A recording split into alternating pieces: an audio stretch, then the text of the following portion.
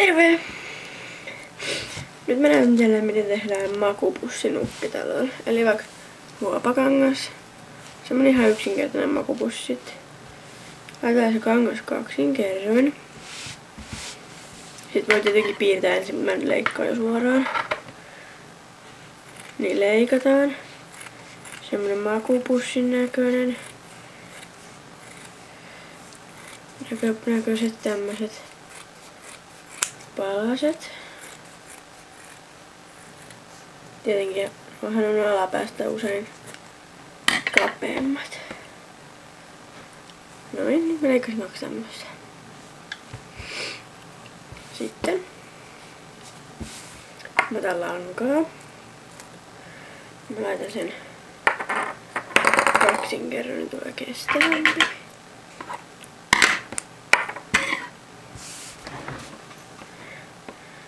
Laitan sen langan päähän.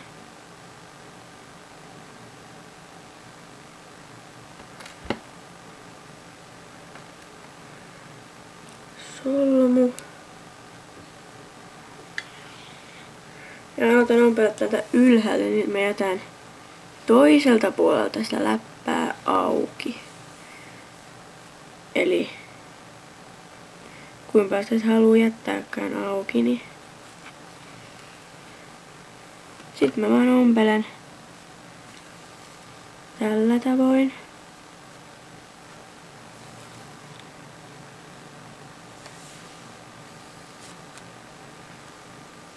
Tämmötin normaaliselta alapuolelta kangasta yläpuolelle ja yläpuolelta alapuolelle kangasta.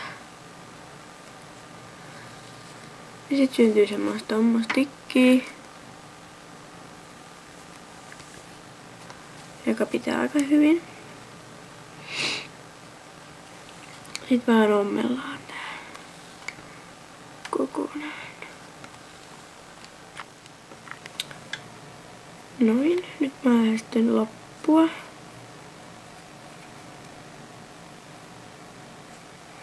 Mä oon ommellut tän jo. Sitten mä päättelen tän langan.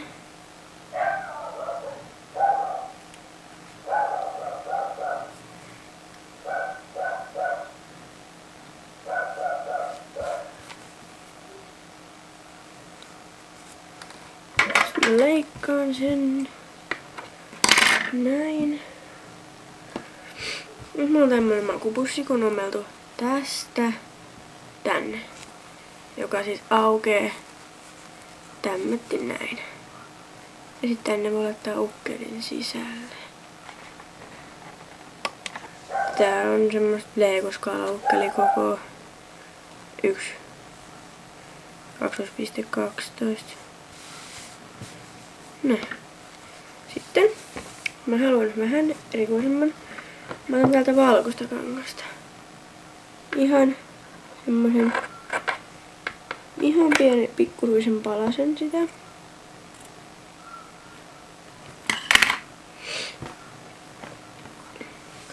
Tommosen pienen pikkurillin kynnestäkin pienemmän palasen.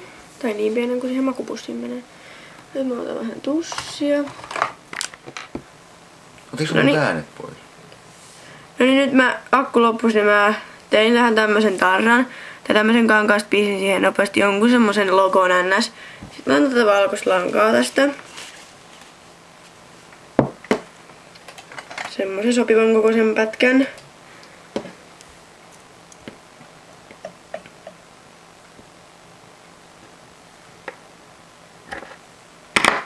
Mä teen solmut molempiin tänne päihin. Sinne voi helmetkin pujottaa. Joo. Mutta en mä nyt sit voita sinne helmiä. Nyt sit pistät sen keskellä niin, että solmut roikkuu tuolta.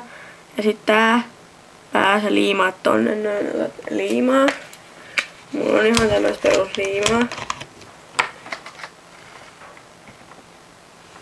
Puuliimaa tai mitä liian. Nyt mä liimaan sen tänne kulmaan, kun tää aukee, niin toisella puolella sitä kulmaa.